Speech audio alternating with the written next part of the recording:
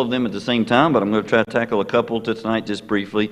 First one is, the question is it a sin to file for bankruptcy?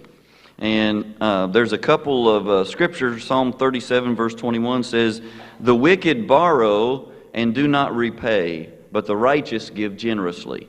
Ecclesiastes chapter 5 verse 4 and 5 says, "When you make a vow to God, do not delay to pay it, for he has no pleasure in fools. Pay what you have vowed. Better not to vow than to vow and not pay." So I don't. Obviously, it's not talking about bankruptcy. They didn't necessarily have that at that time. I do think that there's a time for bankruptcy, but if someone's using it because they continually make bad financial decisions or they don't want to pay their debt, that's called stealing. But bankruptcy, there is a time for bankruptcy if someone, for example, when we lived in Nashville, there's a guy named Andy. He was a bankruptcy lawyer. And he said that he turned a lot of people away because he'd come in and meet with them and kind of evaluate their finances. And had a lady one time said, "Well, since I'm filing bankruptcy," she said, "do you think I could go buy a new car and put that on there too?" And that's immoral behavior. All right, that's trying to get something for free. That's a form of stealing. And but there, he said he did a bankruptcy for a man who got laid off from his job.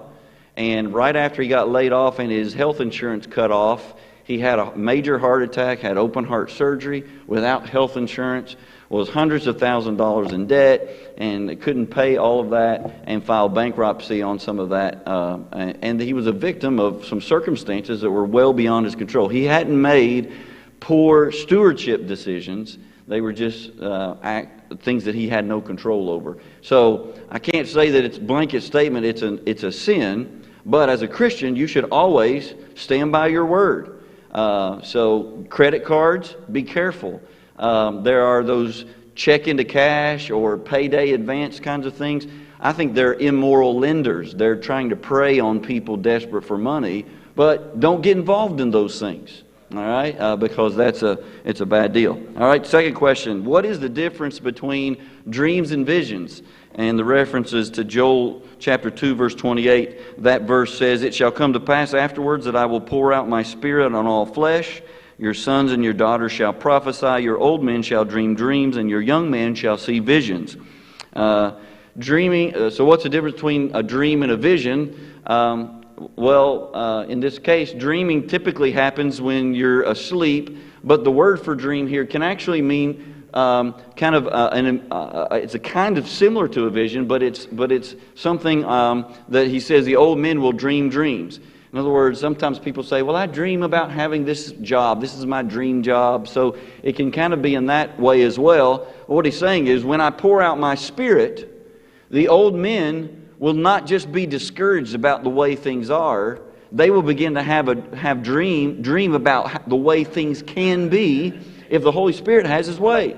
So there's a hopefulness spiritually in what he's saying here. And then visions is what he says. Well, the young folks will do. Young Spirit-filled folks will get this vision is getting a glimpse of what God is trying to accomplish in the world, so that you can get on board for it. Or get on board with it.